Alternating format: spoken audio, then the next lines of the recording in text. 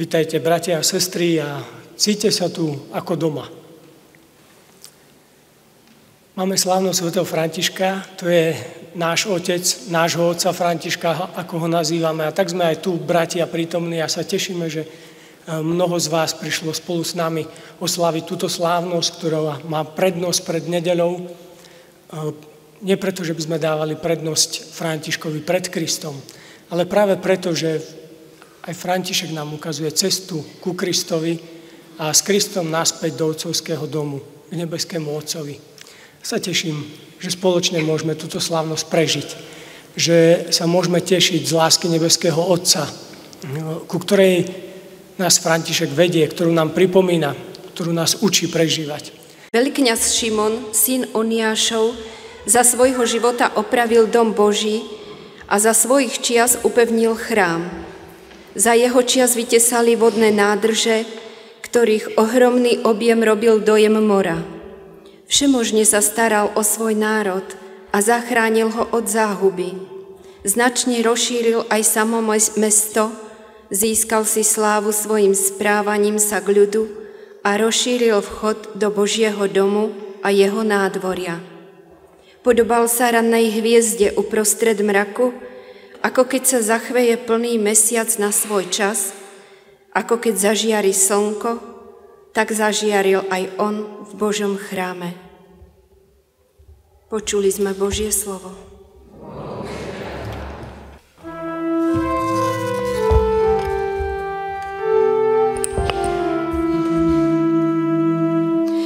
Ty, Pane, si moje jediné dobro. Ty, Pane, si moje jediné dobro. Ochráň ma, Bože, k Tebe sa utiekam. Hovorím Pánovi, Ty si môj Pán. Ty, Pane, si môj podiel na dedičstve a na kalichu. V Tvojich rukách je môj osud. Ty, Pane, si moje jediné dobro. Velebím Pána, čo ma múdrosťou obdaril. V noci ma k tomu moje srdce vyzýva. Pána mám vždy pred očami, a pretože po mojej pravici nezakolíšem sa. Ty, Pane, si moje jediné dobro. Preto sa raduje moje srdce a moja duša plesá. Aj moje telo odpočíva v nádeji, lebo nenecháš moju dušu v podsvetí a nedovolíš, aby Tvoj svätý videl porušenie.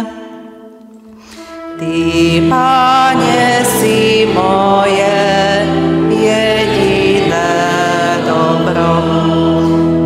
Ukážeš mi cestu života, u Teba je plnosť radosti, po Tvojej pravici večná slasť. Ty, Pane, si moje jediné dobro.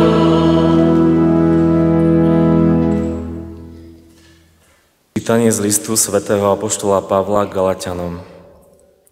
Bratia, ja sa nechcem chváliť ničím iným, iba krížom nášho Pána Ježiša Krista, cez ktorý je svet ukrižovaný pre mňa a ja pre svet.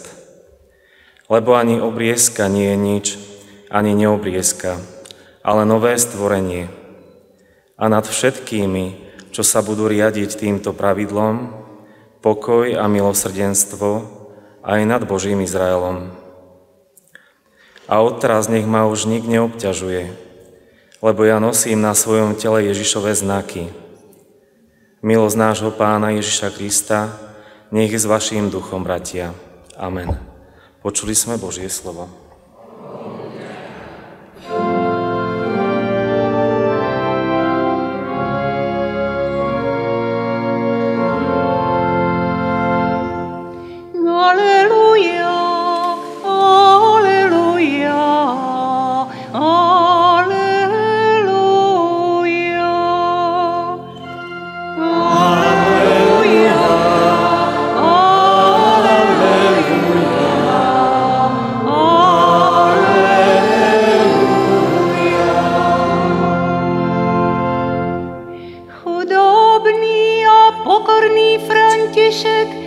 vstupuje do neba ako bohatý. Nebeským chválospevom mu vzdávajú poctu. Halleluja, halleluja, halleluja.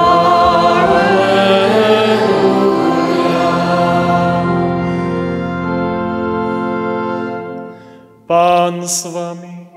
I s duchom tvojím. Čítanie zo svätého Evanjelia podľa Matúša.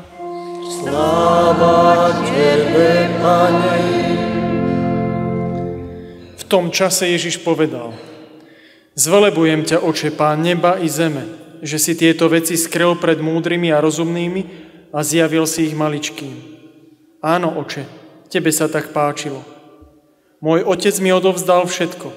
A nik nepozná syna, iba Otec, ani Otca nepozná nik, iba syn a ten, komu to syn bude chcieť zjaviť. Poďte ku mne všetci, ktorí sa namáhate a ste preťažení, a ja vás posilním. Vezmite na seba moje jarmo a učte sa odo mňa, lebo som tichý a pokorný srdcom, a nájdete odpočinok pre svoju dušu. Moje jarmo je príjemné a moje bremeno ľahké. Počuli sme slovo Pánovo. Chvála tebe,